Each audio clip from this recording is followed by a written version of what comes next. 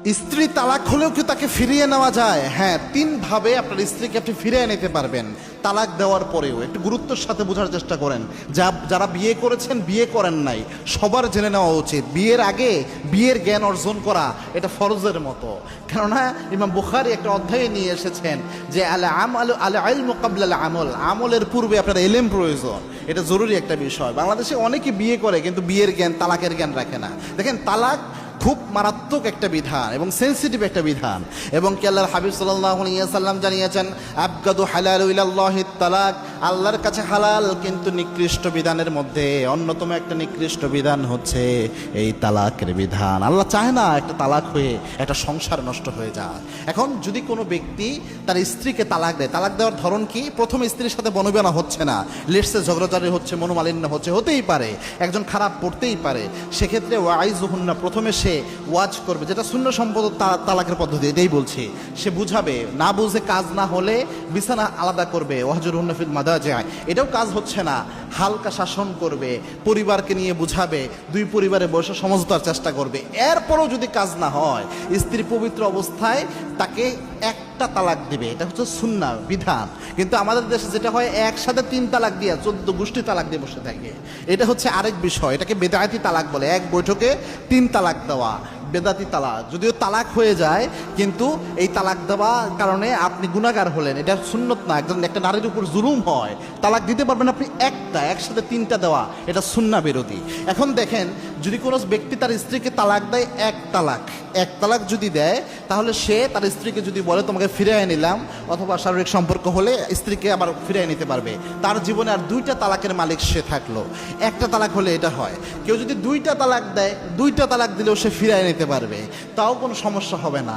আবার কেউ যদি খোলা তালাক দেয় বা বাইন তালাক যদি হয়, সেক্ষেত্রে নতুনভাবে বিয়ে করে আবার ফিরিয়ে নেওয়ার সম্ভাবনা থাকে। কিন্তু কেউ যদি একসাথে 3টা তালাক দিয়ে দেয়, মানে 3টা, একটা তালাক হয়েছে, 2টা তালাক হয়েছে, 3টা তালাকই হয়ে গেল, এটা করলেও ফিরিয়ে নেওয়ার পদ্ধতি ইসলামে যেভাবে দিয়েছে, বাংলাদেশে এটার সুযোগে অনেক উল্টাপাল্টা কিছু সংস্থা বের হয়েছে, এজেন্ডা বের করেছে অনেকে।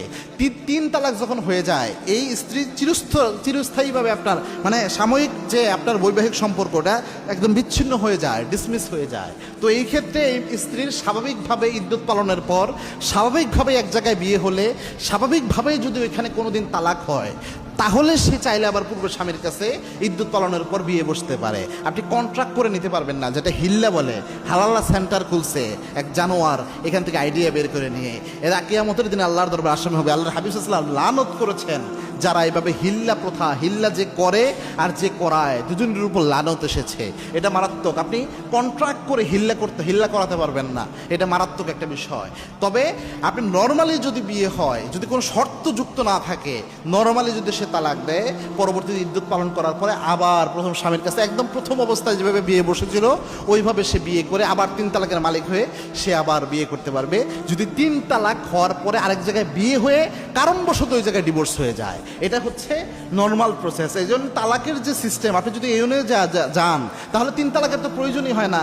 1 তালাক দেওয়ার পরে আপনি আবার ফিরিয়ে নিলেন সবার সাথে বসে, পরিবার বসে, এরপরে আপনার সুযোগ থাকে যে আপনি আবার বলতেছেন, আবার পরিবার মিলে বসে আরেকটা তালাক দেন, এরপরেও আবার আপনি সময় নেন, যদি আবার ফিরে নেন, এরপরে এতগুলো স্টেপের পরে কেউ আমার মনে হয় না যে ভুল হবে সিদ্ধান্ত নেওয়ার ক্ষেত্রে। 3 তালাক হওয়ার পরে আর ফিরে নেওয়ার প্রয়োজন হবে না, কেননা 2বার দেখা শেষ।